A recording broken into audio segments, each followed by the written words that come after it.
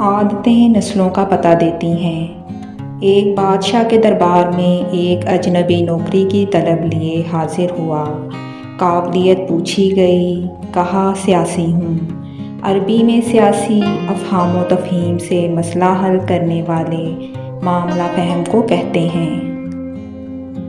بادشاہ کے پاس سیاست دانوں کی بھرمار تھی۔ اسے خاص گھوڑوں کے استبل کا انچارج بنا لیا، جو حال ہی میں فوت ہو چکا تھا۔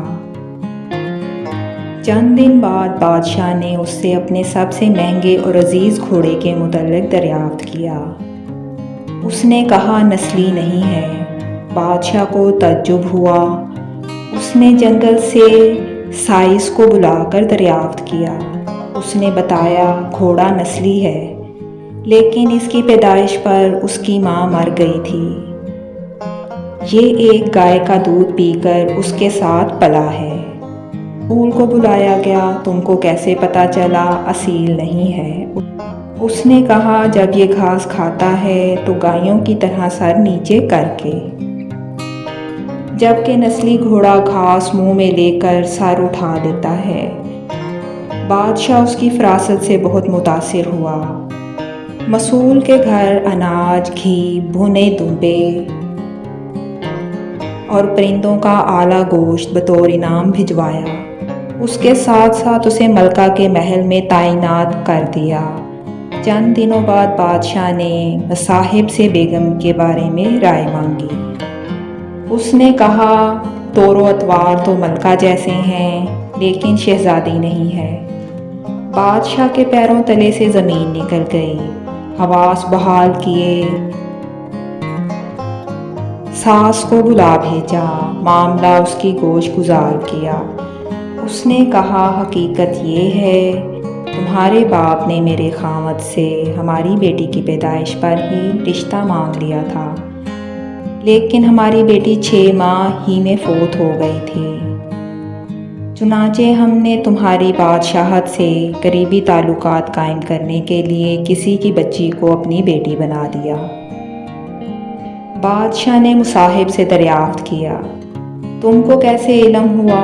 اس نے کہا اس کا خادموں کے ساتھ سلوک جاہلوں سے بدتر ہے۔ بادشاہ اس کی فراست سے خاصا متاثر ہوا۔ بہت سا اناج، بھیڑ بکریاں بطور انعام دیں، ساتھ ہی اسے اپنے دربار میں متعین کر دیا۔ کچھ وقت گزرا، مصاحب کو بلایا، اپنے بارے میں دریافت کیا۔ مصاحب نے کہا جان کی امان۔ بادشاہ نے وعدہ کیا۔ اس نے کہا نہ تو تم بادشاہ زادے ہو، نہ تمہارا چلن بادشاہوں والا ہے۔ بادشاہ کو تاؤ آیا، مگر جان کی امان دے چکا تھا۔ سیدھا والدہ کے محل پہنچا۔ والدہ نے کہا یہ سچ ہے، تم ایک چرواہے کے بیٹے ہو، ہماری اولاد نہیں تھی تو تمہیں لے کر پالا۔ بادشاہ نے مصاحب کو بلایا، پوچھا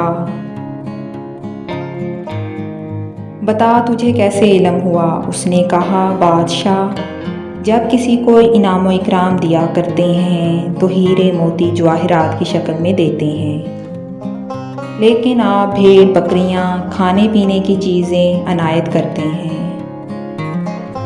یہ اسلوب بادشاہ زادے کا نہیں، کسی چرواہے کے بیٹے کا ہی ہو سکتا ہے۔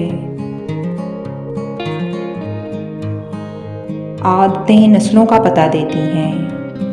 عادات، اخلاق اور طرز عمل خون اور نسل دونوں کی پہچان کرا دیتے ہیں۔ Please keep liking, sharing and subscribing my channel, اور دعاؤں میں یاد رکھیں۔